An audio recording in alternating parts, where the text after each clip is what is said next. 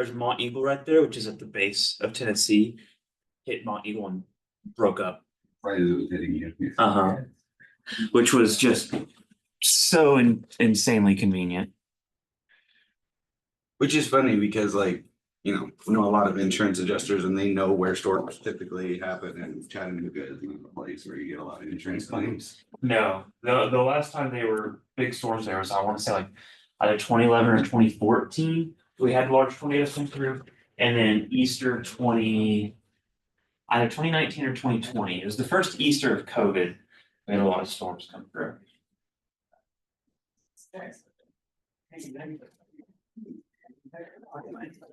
What did I miss last week? Where did we get to? I mostly developed not angular momentum, harmonic oscillators. I'm gonna retouch on that just a little bit, just because it started off good. Questions were asked that kind of proved off track. Yeah, I have a feeling with stuff like this because it's it's hard to wrap your head around personally. Yeah, How's the research going with the hyperbolic angular momentum? we are stuck in a place right now of it's fine in one Hilbert space, right? It's very well understood how the operator acts in one Hilbert space. When you're looking at the tensor space between them, the structure of the operators is different because one of the operators is an SU2 operator and it works fine. It has a perfectly symmetric linear product. The other one probably has this weird anti-symmetric product because it's an SU11 operator. And so we're trying to rectify that, have a set of operators in the joint Hilbert product space there. And a lot of this paper so far is things are just falling out of the sky. And so trying to motivate those is young. the challenging part. The doctor waiting on his name Young. Yeah. Like all the people. Next appointment for Friday. Congratulations. This Friday? Yeah. Oh, that's good. Well, that was- Yes, man. You didn't know how to do that.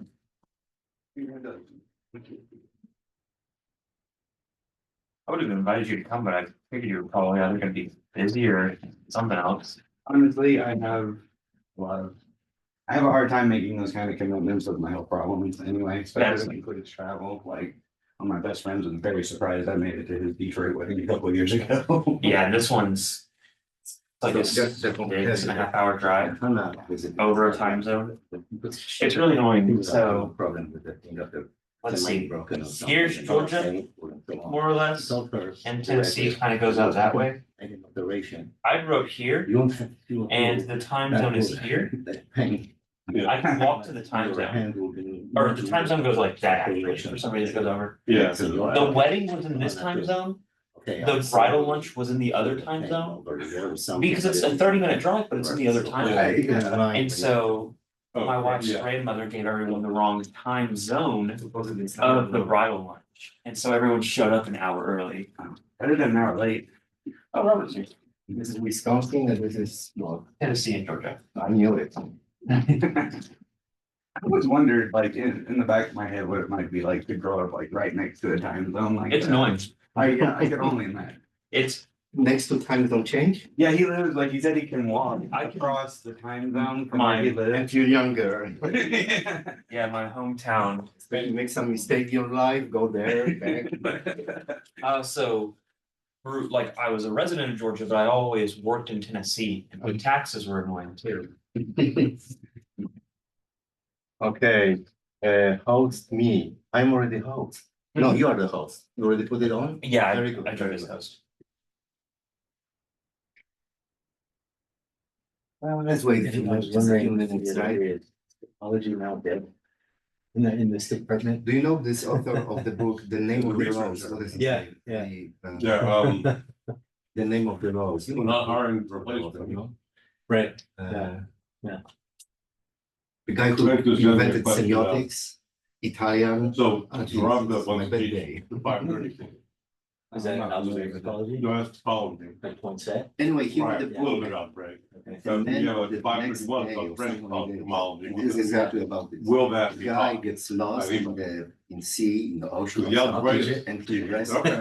We can somehow request rescues it, yeah. himself and I don't swims know over if the I I would love nearby to. island. I And need to then by get better at that measurements and so stuff, on. so, his Okay. device That's the best way to get better at exactly it. very Yeah. close to the you know. line where it's Forced to do changing it. the day, not the hour, but the whole day, you know, it is somewhere Pacific. There'll be right? some discussions about whether, And he noticed there was another island so there, Binging but and barely can see anything. Jeremy will be And then he discussing, but notices also this, you I don't know, know, of course, it's it not should be offered deserted, next there is year. one person. Yeah. that we didn't he offer it this always year. wonders, It's usually offered every other is year. he Yeah. me Yeah, on the previous or day? 5:30. Didn't And the go whole for is this year built on because Kind of philosophical. well, and then you're Yeah. only 5:35 and you Different lost that realities. last thing. Yeah, we're yeah, yeah. taught. Oh, yeah. The book is okay. So I the mean, schedule kind of those idea three is courses. great. The book is It's too all long involved, for this so one that's- idea. Oh, yeah. But his other Yeah, book, but William yeah, of give the it Knowledge, to which is let about people know. podcast. Yeah. It was a super bestseller a number of Yeah, I think years it just now. depends on kind of what else I have to do. If I could get that course in a light semester, then I Yeah, would definitely want to do that. But I think if it's in a heavy semester, that's obviously a lot of work to do. Yeah. Time to read, If like that's for not like actual fun. I spend too much time something that I've reading practiced a lot in my life. legal. Right, journals, right. Documents, and then I like. Well, do this for Quanzo fun, and so Rob then know where where's it's the from, time that to other brand is read? Yeah. You know what I mean? Yeah, Kind of like the life out of it in a way. Of course, yeah, yeah. And you're, I used to read a lot. we come into from a differential geometry point of view. Yeah. Because of. Yeah. That are largely, More and more it's not science did the stuff around you. as standardized Younger, like technology. then it And what doesn't the Right. topic you become. More like a sponge, Of course, yeah, you just want yeah, to absorb yeah. or more. And there's a lot of There emphasis you in go. computational Brings knowledge, this out actually, anyway, English in the day, processing doing and what you stuff. gotta Yeah. do. And I don't know beans about, we tend to try to incorporate that into the course Right. and just narrow up with anything. But I'm sure Okay. pick it up faster than anyone else here. We almost are ready. 2 minutes, okay, that's 2 minutes. Philip said he would- Maybe I'm not sure about that. I'm sure you can pick it up faster than anyone. The name of the house. Yeah. That's funny. I was walking through the student center today. I'm like, there's no box anywhere, because I had my phone in my bag and I'd be, good day. Are you? Yeah, I mean, I always say one of your. Ah. You gotta be. And then I said, this is the effective word. I I hope you can figure it out. Take it home. Yeah, you can leave it here if you want. I'll forget it there. So. Start or? Robert. Hello, Robert, from everybody here, and for some people whom you know. It's not visible. Yeah, it's okay. So announcement, we have a colloquium today at 3 o'clock, so. 3:30. 2:30. Oh. You sent out a correction. Just, Yeah. and Oh, update that. I missed it, so we save we don't have to like push you to finish on time. And a dinner at 7:30. Oh, what is it? Dinner at 7:30. Oh, dinner. What it is depends on what you order. Yeah. Yeah. Typically hibachi, sushi, something like that.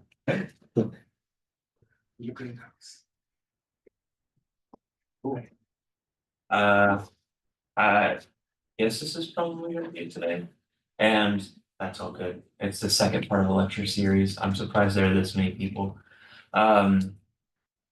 Yeah, so we started last time with talking, more or less talking about or harmonic oscillators, both classically and then motivating them quantumly.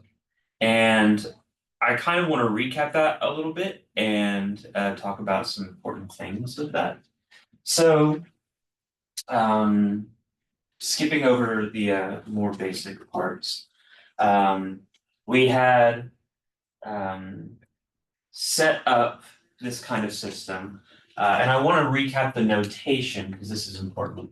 Typically, when we're talking about functions and vector spaces and whatnot, we typically have like a linear transformation. Some people like to write this like hat notation on it sometimes, or you can just call it a linear transformation. I personally like to write 2 lines underneath it, just personally.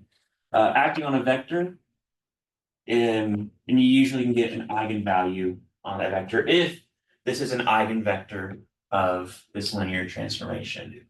For example, the derivative is linear transformation. An eigenvector of that is e to the x. With an eigenvalue of 1 e to the x. Right, this is an example of a function, like a linear transformation, taking a vector or a function in a vector space over to itself multiplied by some scaling factor. Notationally in quantum mechanics, Paul Dirac introduced this other way of writing it, where we, instead of writing vectors with arrows and everything, write them as almost like arrows in themselves, and then we label them. So I can label this as V. I act on it with an operator, right? This is a linear operator. It's a linear transformation here. This is an operator, acts on this. I get my eigenvalue on this vector again. Again, this is just a labeling of this. Typically in quantum mechanics, we like this to be an abstract vector. We just label it by what we're thinking about it as. So for instance, the example we came up with is if I have the name operator acting on, I want to call the state Bob. Thank you. You're welcome. Then this should spit out the name of it on the state itself. This is an abstract vector. Bob changed. Oh, Bob is not little Bob. Thank you. That is important, notational importance. It spits back out this scaled by the, I guess, important value here. Usually in quantum mechanics, we label vectors by their spectral values. We label these states by their spectral values. For instance, this is the one I talked about. Spectral value being. Like the, Yeah. not necessarily the eigenvalue, like if it is an eigenvector, then an eigenvalue. Otherwise, the spectral value is the coefficient from acting on it with the operator. I don't understand. The spectrum is the set of possible eigenvalues. Yeah. Yes, at least my terminology is spectral value. one element from the spectrum I call the spectral value. So this means eigenvalue. Not necessarily an eigenvalue though. For instance, I can act on something which, or I'll say equals.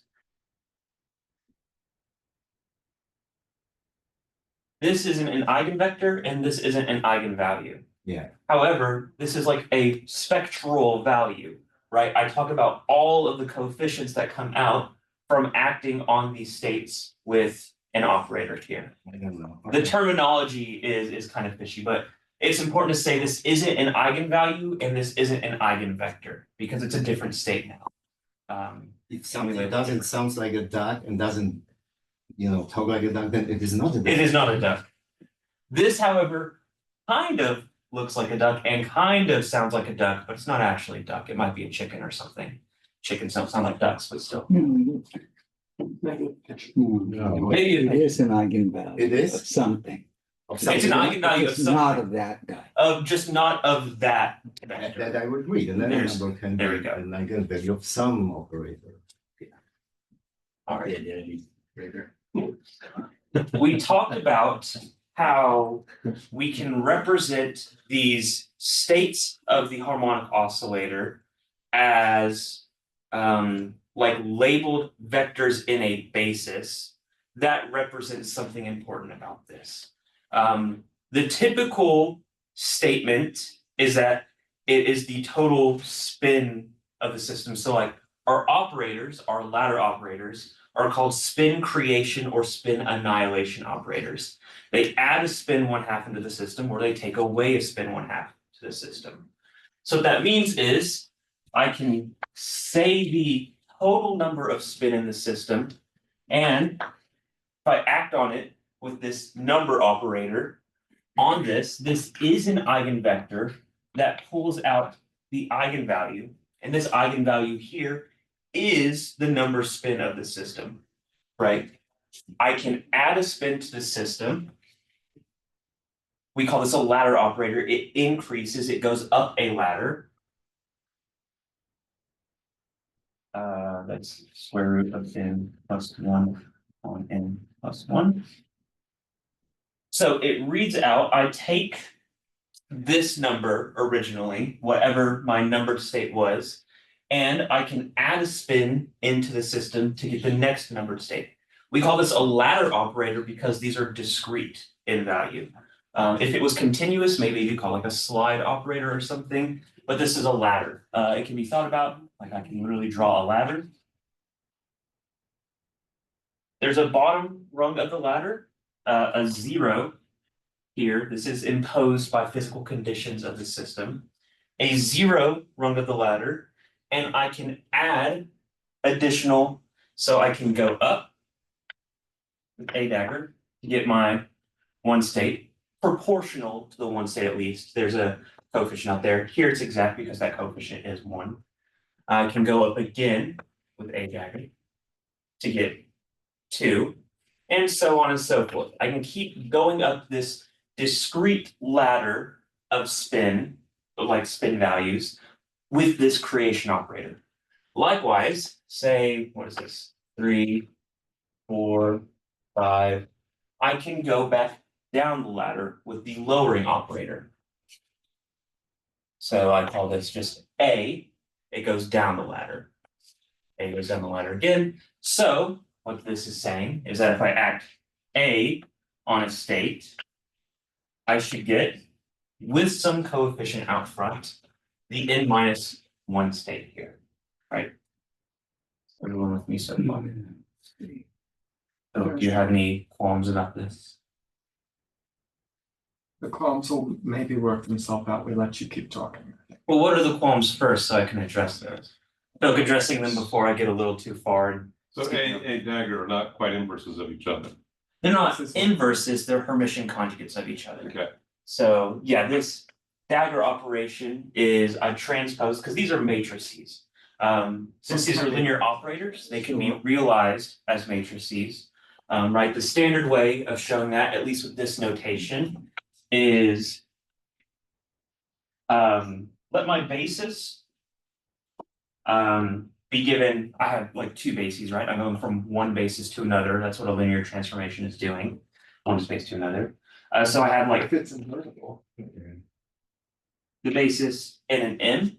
So a linear transformation should have like an nm value. So if I'm wanting the nth entry, nth row, nth column entry of the matrix representation of this linear transform, it's found this way, where I act on the nth basis element with the linear transformation and project that onto the nth, right? Dot product here. So say I have A on M equals, what's a good, just anything to put here? Anyone's favorite thing? I can see what you. I'm saying A acting on M equals something. M. Say it's M on M, and then I get N. M, this is now a scalar because this is the coefficient here on N. Right? Then, since this is a scalar, it can come out of this dot product or inner product. This isn't necessarily the standard like dot product. And then I take this inner product here as defined on the space. A lot of the times, especially in quantum mechanics, this is just a standard dot product. But in general, this is just whatever the inner product of your space is defined as. If you're talking relativistically, you might have some altered inner product here. Cool. And hence, if you've chosen your basis, well, the vectors here really do just grab columns or grab rows, depending on which side you multiply by. Yeah. So, for instance, when we talk about spin operators, I'm getting a little ahead of myself, but in the motivation of it, our matrix representations are not just like the first, second, and third. We label them as like 1, 0, -1 if this is a 3-dimensional system. 1, 0, -1, where these are the like J value or the M values here. Yeah, sure. Yeah, where I've forced some condition here that gives me a nice basis, such that I can say, okay, if I want this element here, right? Well, there's a 0 whatever my operator is and 0. Maybe I'm finding the matrix representation of JX, right? So if I want this, I've got the column that's represented by the 0 basis and the row represented by the basis element labeled as 0. And so I do this, whatever scalar this has, I pull that out and take the inner product of the resulting states. So in the standard linear algebra, this is just, how is it called? Convenient choice of an indexing set, yeah, I would say. Let's say Grams matrix. Yeah, like You know, Grams matrix. like the Graham's matrix where we So if you have any transformation you want to know as a matrix, that's what you do, right? You don't speak before even quantum mechanics. Yeah, sure, but the trick of this clever labeling. Yeah, Ah, that's just- that's arbitrary. just- yeah, Pick your it's favorite more so indexing, arbitrary. Convenient, Yeah, convenient. okay. I mean, more than convenient, right? Because physics dictates it somehow. Later. No, these are basically the labels of the eigenvectors, so they Right. can be different. Yeah, right. So it's a basis dependent quantity. Yeah, exactly. In rectangular coordinates, we choose IJK. Okay. Cool. Right. Any questions so far? Cool. So that's just kind of a little recap of what we talked about with harmonic oscillators and just a little bit more on like the linear algebraic notation that we've been using. And one maybe very obvious comment that this matrix, it's good to think about this as a matrix, but it might be infinite matrix. There's a very good Most of the chance that time this it is an is. infinite matrix. A lot of the conditions of quantum mechanics, specifically with non-commutativity of operators, require these to be infinite matrices. Specifically with the trace property. So let me show it here. Are we familiar with the trace operation? Cool. The trace is a cyclic property, right? I have the trace of AB is equal to the trace of BA for just 2 operators. 3 operators, it's in a cyclic order, right? Maybe right, yeah. Yeah, for 3 operators, ABC, I then permute it cyclically. This is the trace of BCA, which is the trace of CAB for 3 operators. Yeah, it's just a cyclic permutation there. Cool. However, for 2 operators, specifically operators, I can have that their commutation is non-zero. For instance, A and B might be IH bar, and there's a not written but implied identity matrix here, where the size of that matrix is whatever the size of these are. But I want to take the trace of both sides. I first write this side as AB minus BA equals IH bar. This, where I is a complex unit, H bar is something that I'm going to say is 1 for the rest of my life because it's more convenient for me than anyone else. And then I take the trace of both sides. Since the sides are equal to each other, the traces should be equal. AB minus BA equals the trace, and this is a token, so I can pull it out. Trace of 1. Cool. These I can split apart like the addition or sum here. So this is the trace of AB minus the trace of BA equals IH bar trace of 1. These are the same thing. So the trace of AB minus the trace of AB again equals IH bar trace of. We have a problem here though. And that problem is if these are finite, this is 0 and this is non-zero. Therefore, I impose the condition. This is a non-finite or infinite dimensional operator, and such that infinity minus infinity is not equal to 0. So these are non-finite operators that we can think about as matrices, but a lot of the time we have like some sort of symmetric or off diagonally symmetric matrix that just runs on forever, where we kind of have an idea of what the pattern is of these entries running. Cool. Any questions, comments, concerns, cries of outrage? You're excited. We're good.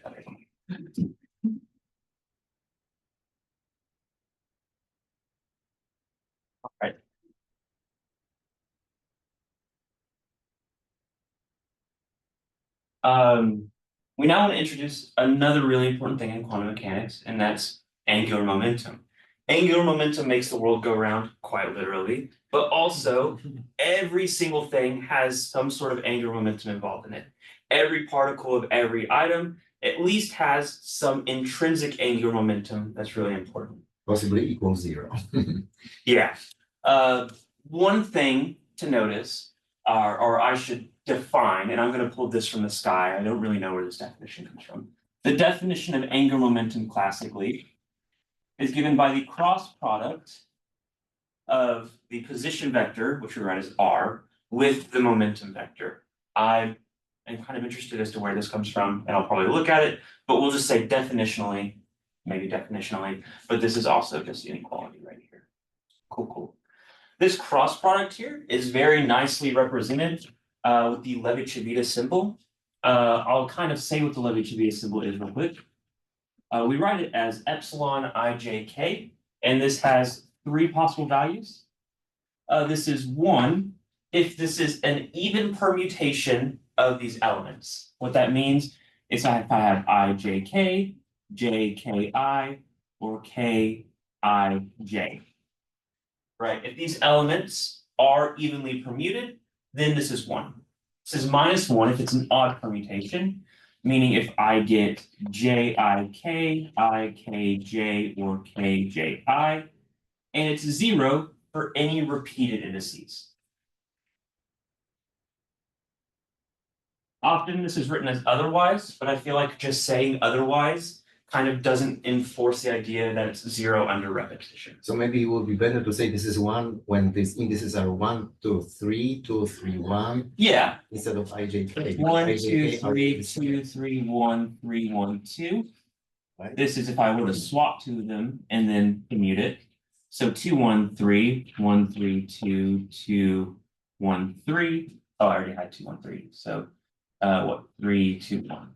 And then any repetition. And this middle column, just erase it. This is when ijk equals to this, ijk equals to this, ijk equals to this. ijk. Yeah. The IJKs, but to avoid confusion. Yeah. But again, with repetition, we get 0. So the cross product of any 2 items can be given as epsilon helix 1, 2, 3. We'll go with 1, 2, 3. I love them. 1, 2, 3. I prefer XYZ a lot, but then I get in trouble for abusing index notation and doing it incorrectly. I don't like 1, 2, 3. Why do you say I like 1, 2, 3? I 3, 3, 5. So this L1, or just any element here, is given by epsilon 1, 2, 3, R2, P3. Specifically, this means that in a system of XYZ, for instance, Lx is given by RYPZ minus RZPY.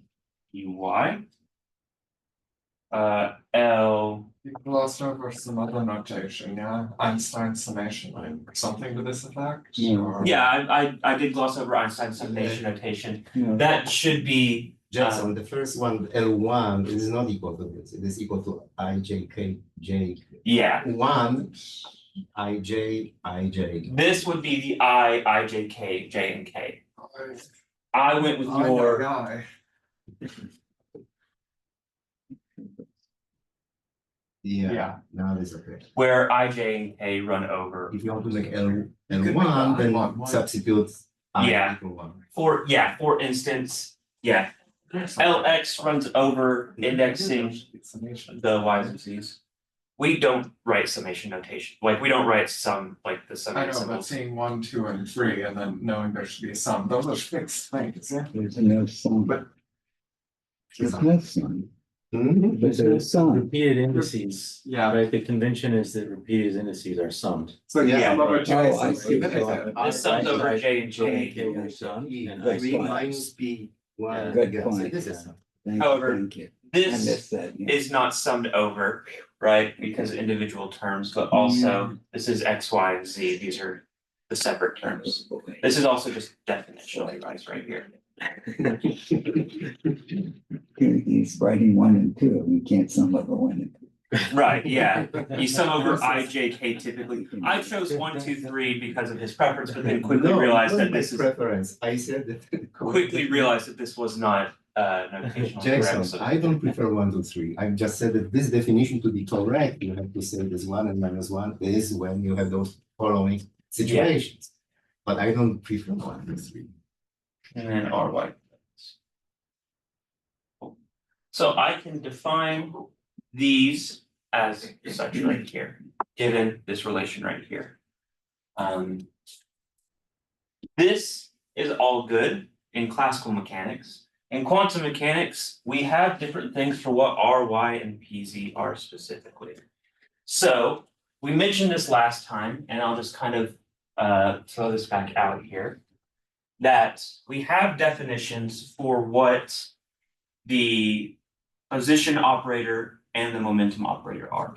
Specifically, X as an operator is just multiplication by X. Or specifically, R as an operator is like the X hat operator, Y hat operator, Z hat operator, multiplication by these in their respective terms. Often people ask to this second X a little dot after. A little dot. No, above, after X. Oh, yeah, times. Multiplication by X, yeah. Similarly, we had the momentum operator, which we gave as I, H bar, and then gradient.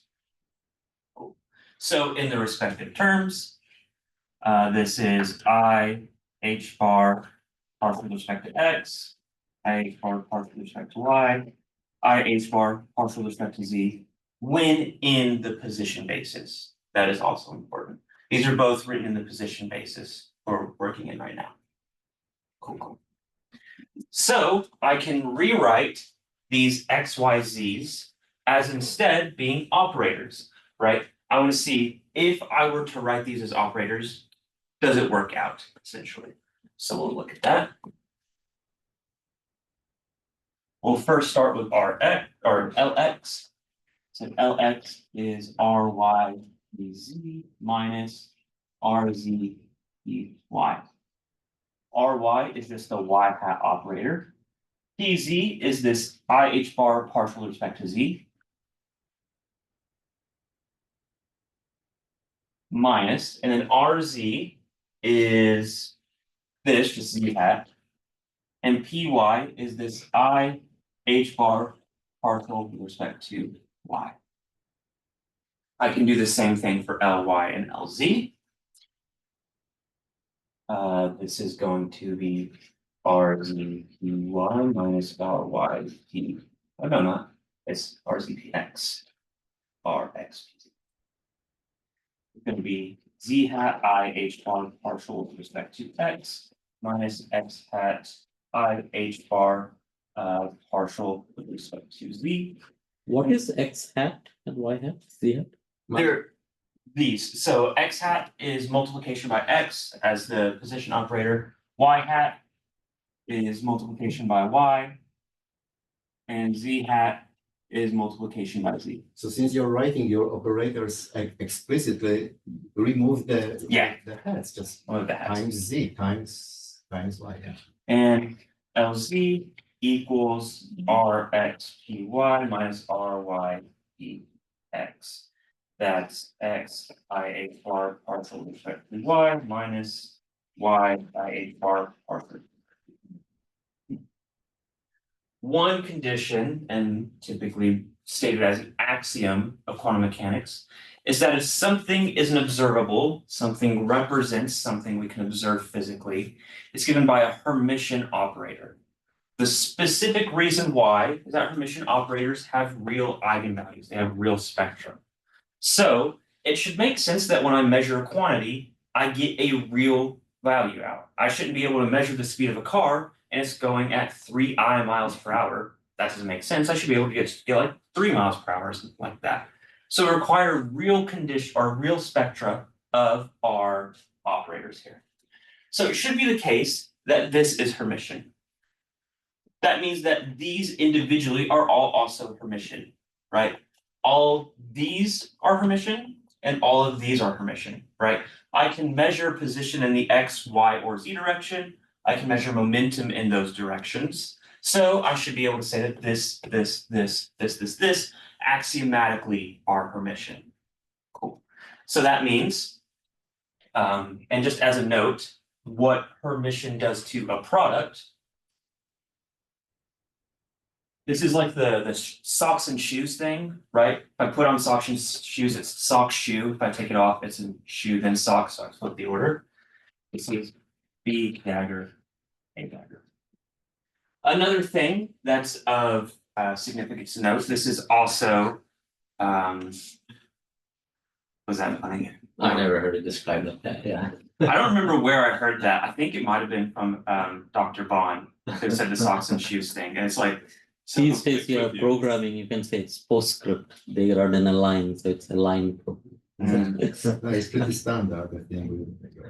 So pants and underpants also work. Yeah, For some people. for some people. I'd imagine the socks and shoes also works for people that don't wear sandals all the time. So.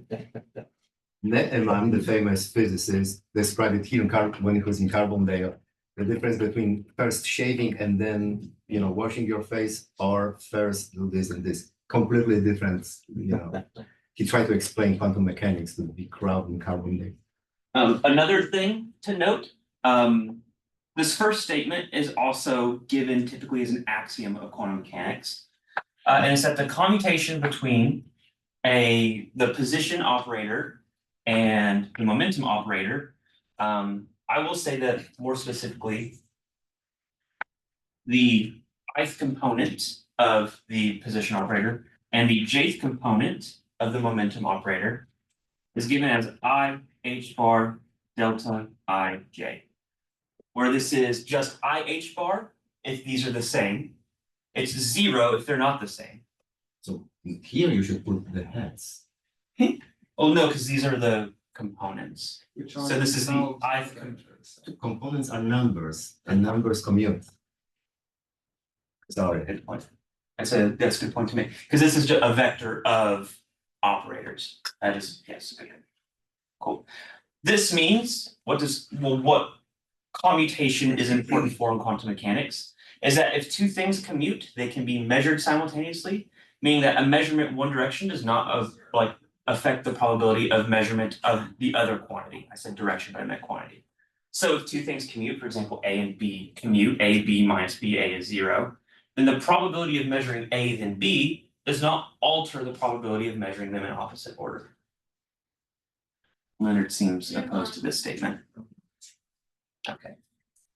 This means that I can measure, for instance, position in one direction and momentum in another direction, and it's the same. Like the measurement of position in the x direction does not affect the measurement of momentum in the y direction.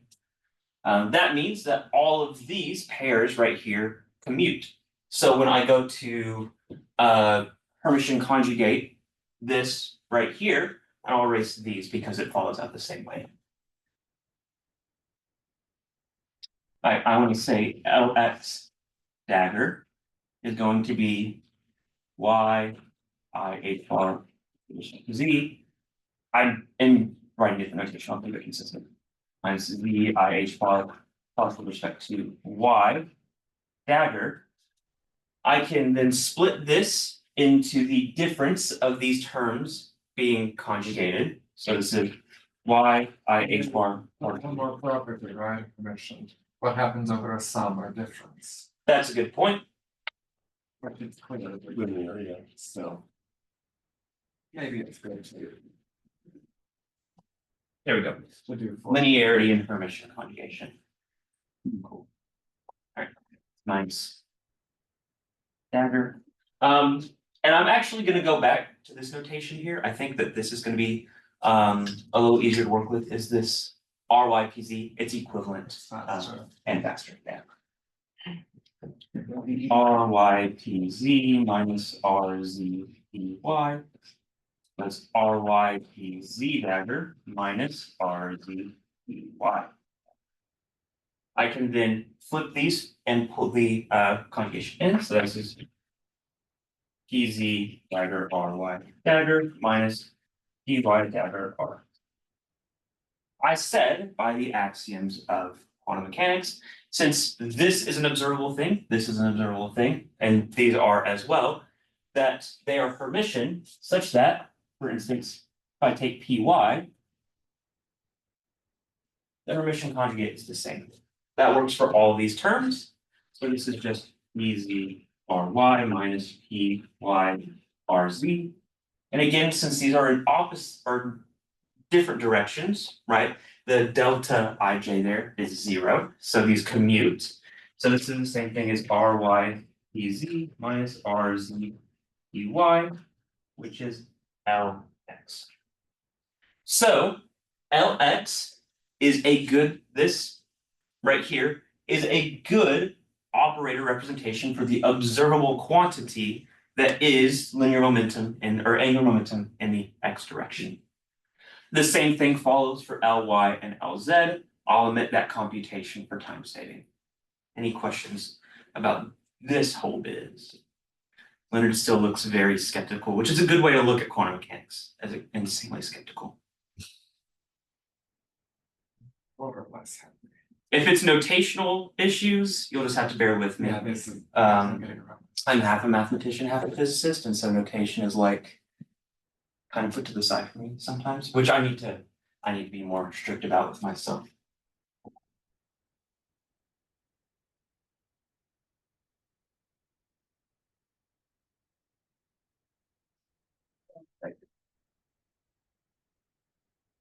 You clarify the operators, permission, what does this mean? Of course, it's. That they are good representations of, like, this is a valid way to represent the angular momentum quantum mechanically. So angular momentum in the x direction in a quantum mechanical system is validly represented by this. It's a Hermitian What do you mean operator. validly? It'd be an invalid representation if this observable quantity did not have a Hermitian operator representation. That's what I mean by validity there. Another point of this is that this gives rise to commutation relations for these operators themselves. Specifically, Li, Lj equals IH bar epsilon IJK L K. I can prove this.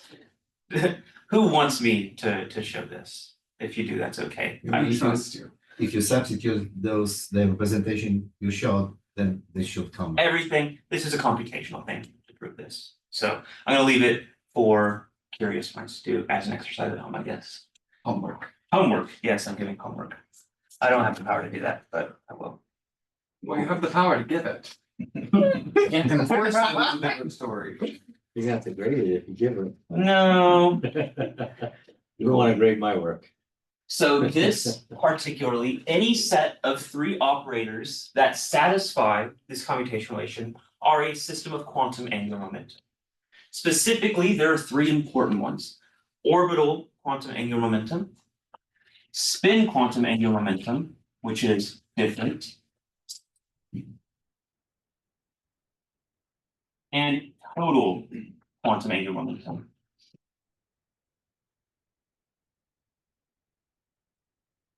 IH bar epsilon IJ KJ K.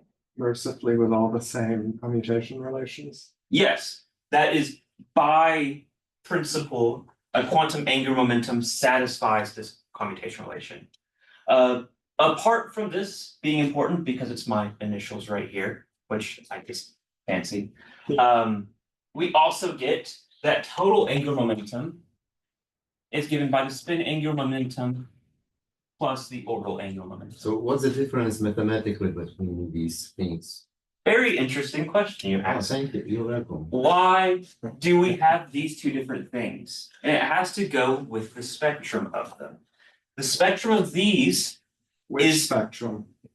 the spectrum of these operating on states. So I'll talk about how these operate on states. It's important in quantum mechanics to talk about how operators act on states. But algebraically, and just talking about it for a second, these have different spectra. Spectra is the plural spectrum. This has just positive integer spectrum. This has half integer spectrum. This cannot be physically realized the way this can, right? Physical angular momentum or orbital angular momentum, I say physical, classical orbital angular momentum only has these positive integer, or I guess natural spectral values. So how come they have different spectrum? We assume, we observe, Yeah, why the hell do we where's have it these? coming from? What are they? What are they?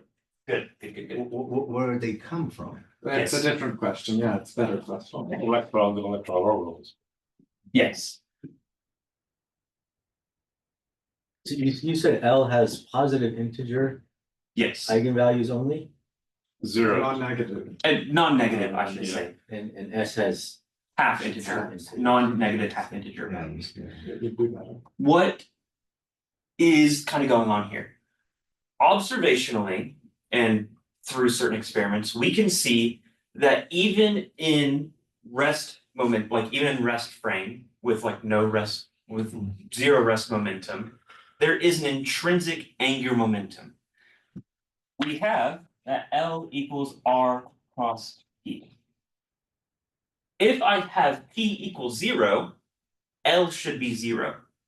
So in a rest frame with no momentum, I should have no angular momentum. But quantum mechanically and through observations, even in the rest frame of a particle, there's an intrinsic angular momentum, right? For example, the Stern-Gerlach experiment exploits this, takes a beam of particles and splits them magnetically by their intrinsic angular momentum values. Cool.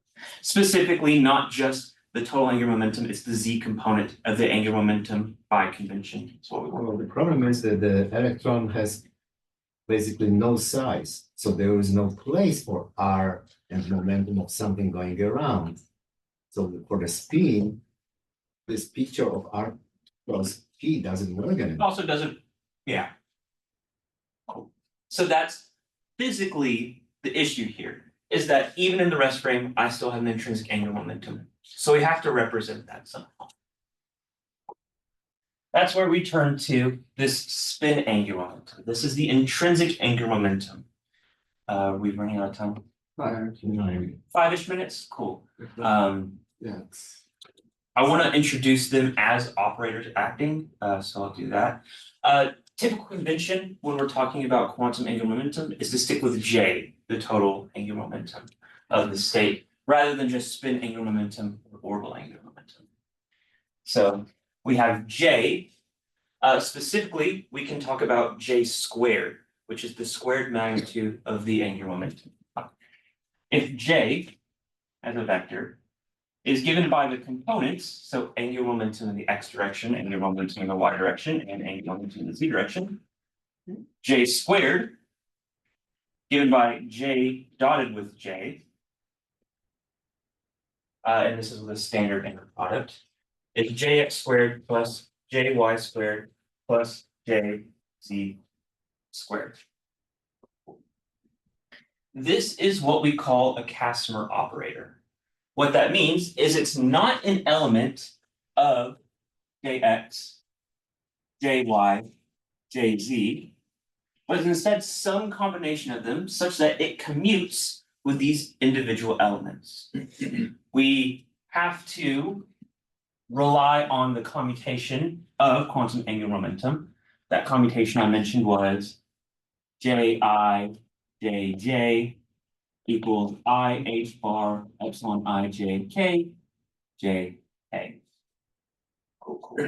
A lot of the times I drop h bar or set it equal to 1, which is called natural units, just because if I want to put it back in there, I can just say, okay, put it back in.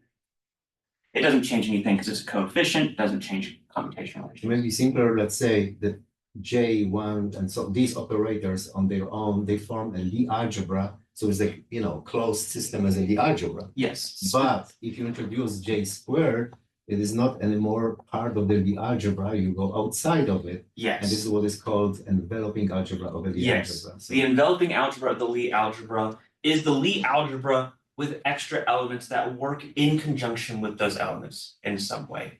Loosely. Philip doesn't look super happy with that definition because this man knows a good bit about enveloping algebras. So I'll just say here, we're not only considering this set, we're also considering Maybe union. not J plus, J squared. I consider this in there as well. Cool. We also have this commutation relation. This is important. Specifically, this Lie algebra and this commutation relation is the structure of SU2, the special unitary 2x2 matrices, which can be realized as rotations in 3 space. Very convenient since we're talking about angular momentum or rotations. Did you have something to say there? No, Oh, I thought you breathed into not realized, but homomorphic though. homomorphic too. I say a realization as of like that, but yes, homomorphic too. Since all of these commute, right?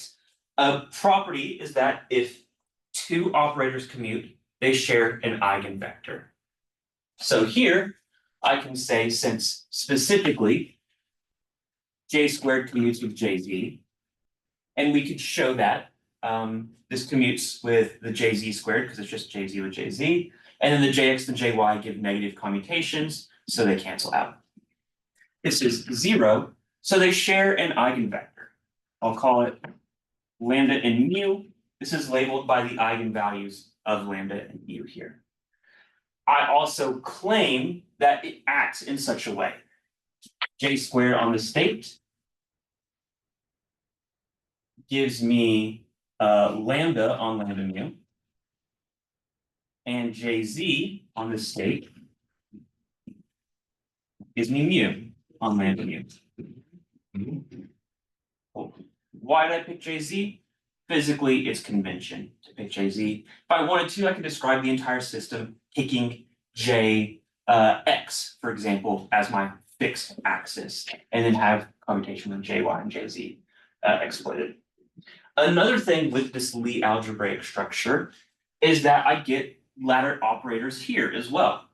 Specifically, I get J plus, which I define as the linear combination complex in the second term of the other things. What I mean is JX plus IJY, and a lowering operator J minus as JX minus IJ. So maybe explain why do you choose these combinations? Why do we want consider those? Why do we consider these? Yeah. They have the following commutation relations with JZ, which gives a ladder for this mu operator here. It is such that JZ with J plus, I don't want to put these wrong. I want to put these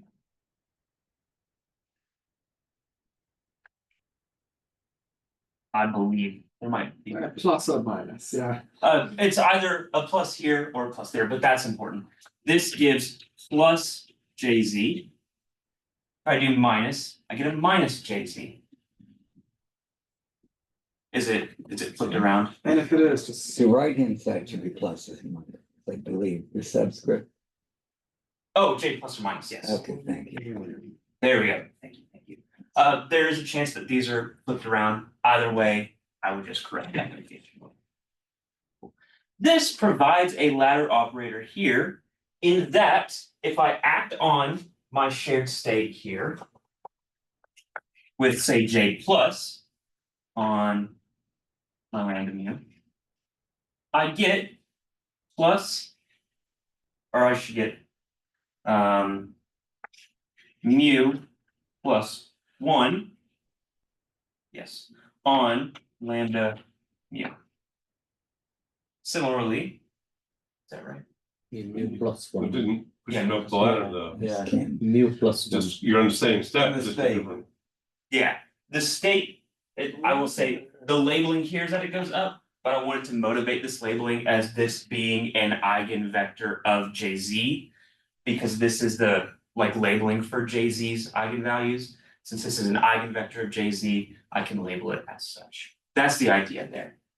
J minus similarly, and I will go into more detail because we've got 40 seconds left. on this gives mu minus 1.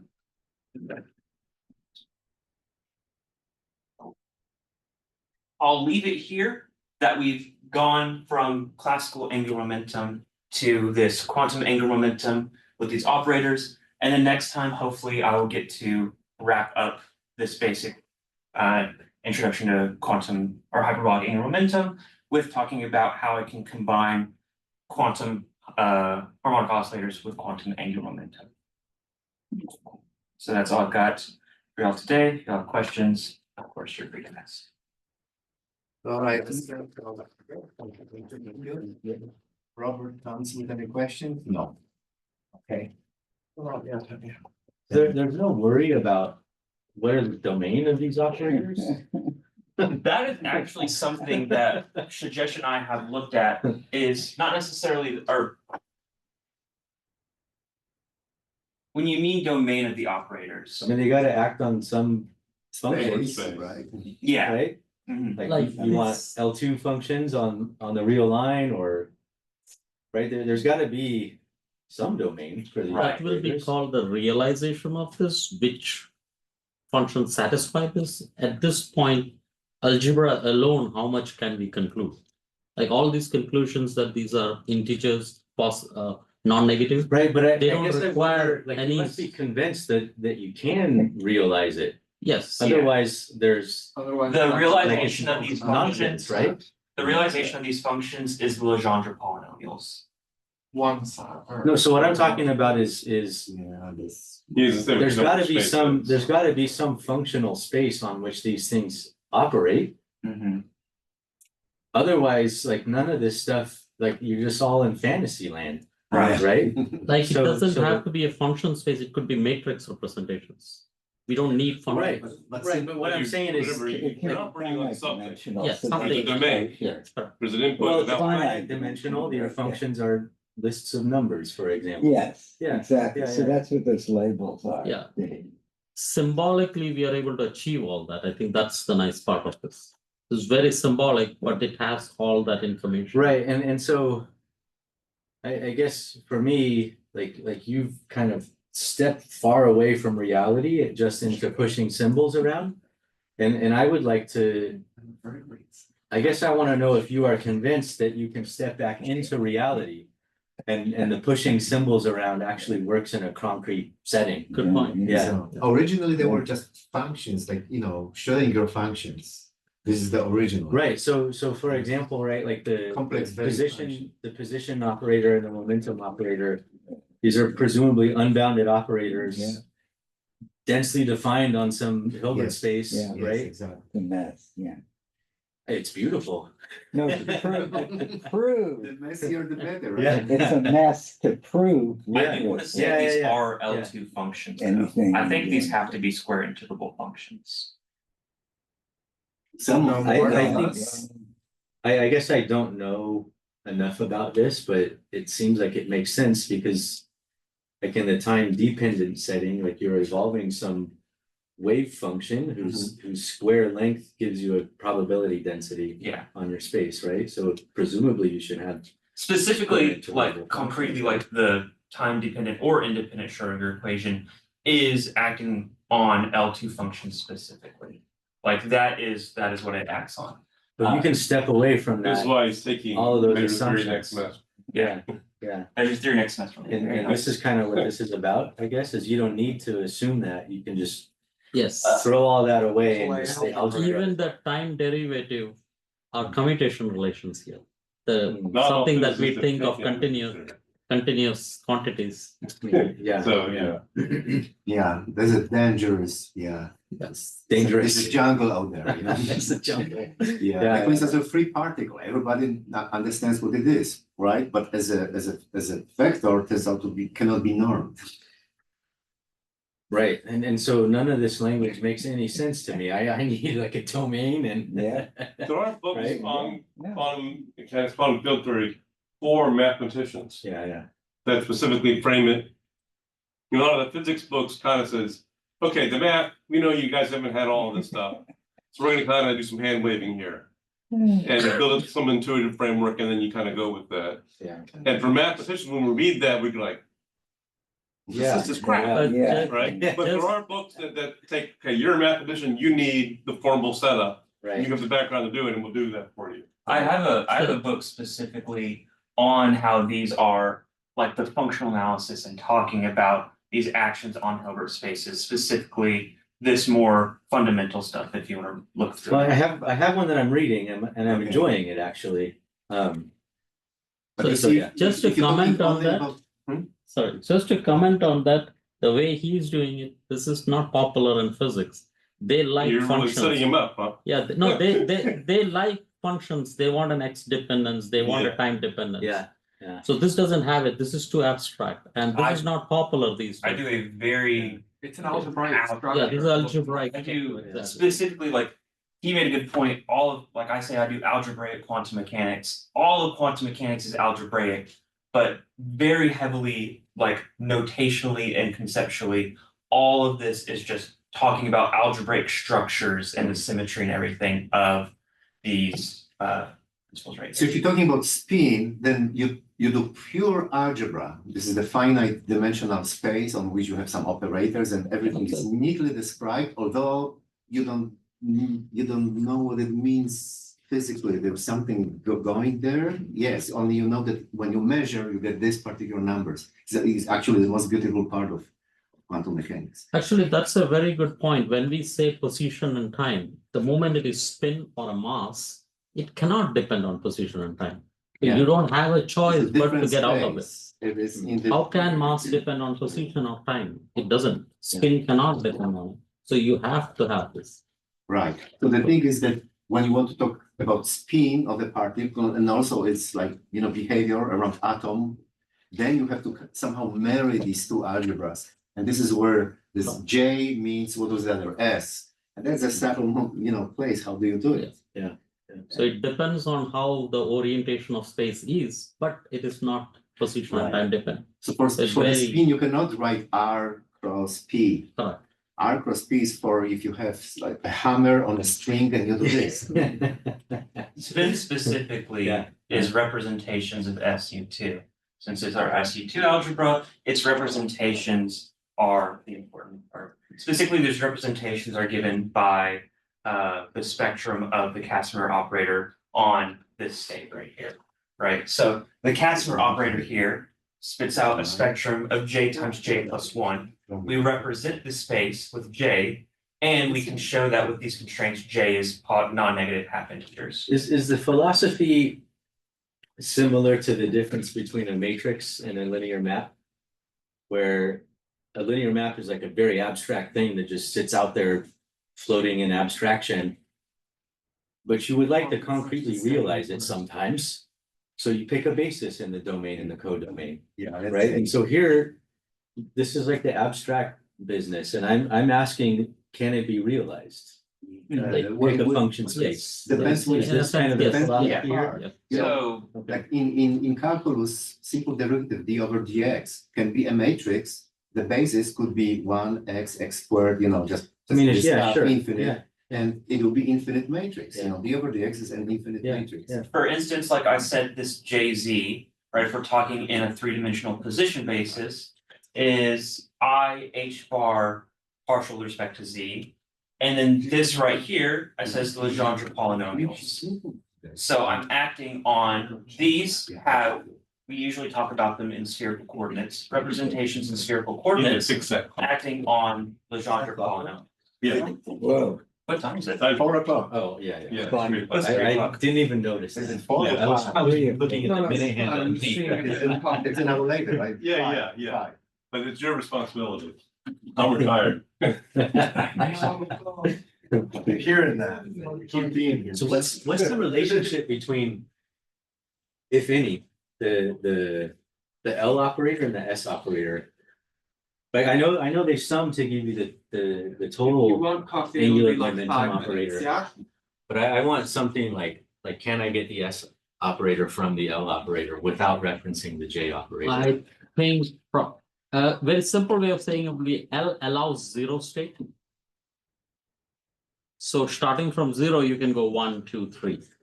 Right, and the S But- gives you the half, half, yes. the half So increments. there, or- in or- that sense, it is not connected, but half and a half can give you one. Half and a half can add to one, right? Right, so this is why I want it to be like some kind of a square root of the operator or something like that. This is not actually the half, what's happening. I will dig into this and try to appease your question next time. I'll look at like, how do I realize L and S? If on the same space, how do I realize? Like I'm if I gonna do connect S them? squared, am I gonna get L? No, S squared is its own operator.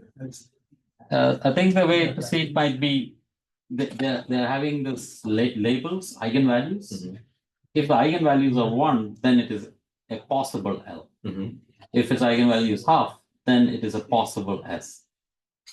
But both have the same algebra. Right, and so I'm asking about S compose F. S Right, I composed guess. S can give you L. That's, yeah, Yes, yes. okay. Yeah. So it's almost like S is a square